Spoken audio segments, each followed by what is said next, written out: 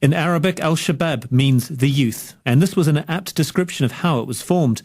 That's because it emerged as a radical youth wing that fought Ethiopian forces who had entered Somalia in 2006 to back the weak interim government. But now it's grown into a group whose members are of all ages and many nationalities. Their cause is both religious and territorial. Kenya accused Al-Shabaab fighters of kidnapping tourists, and its forces, now under the African Union banner, have been targeting Al-Shabaab in the south of Somalia all the way up to the town of Kismayo. Richard Dowden is from the Royal African Society.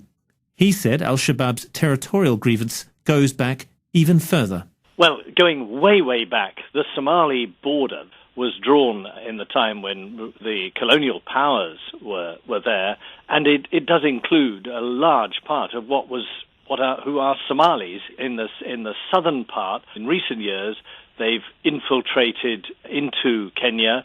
They started in 2011 capturing people along the Kenyan coast, and in the end, Kenya felt it really had to respond, and so it sent its army into southern Somalia and tried to hold territory there, and trying to just stop any infiltration by Shabaab from Somalia into Kenya. This has clearly failed. Ahmed Abdi Godani is the head of Al-Shabaab. Known as Mukhtar Abu Zubayr, he comes from the northern breakaway region of Somaliland.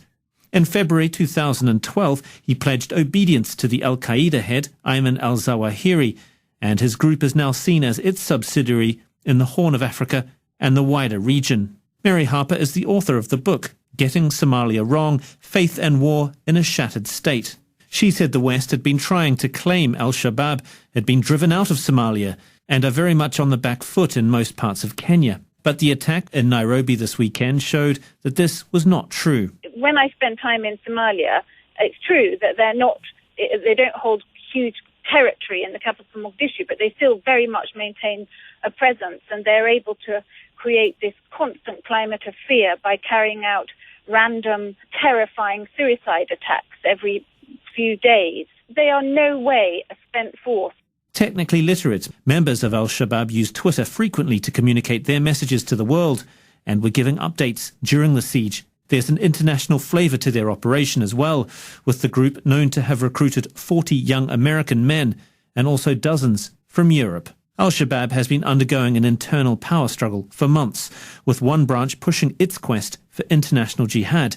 And then you have another group of Al-Shabaab members who were much more interested in keeping their fight within Somali borders. They were Islamist nationalists, and they've lost out. A lot of them were killed, others were driven out of the movement.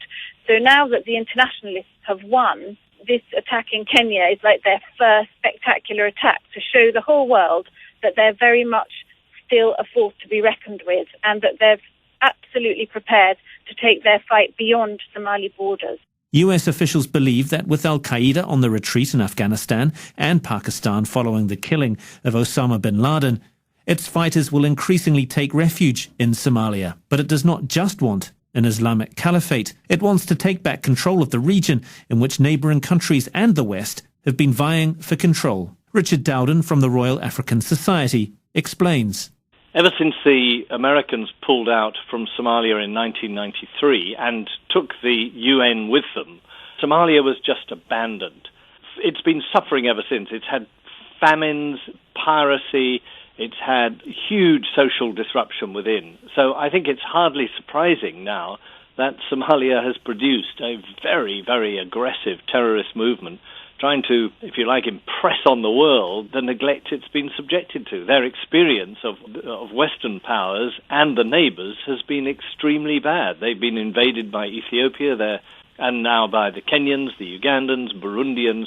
I think that's helped create this very fundamentalist movement. This is simply the latest attack by Al-Shabaab.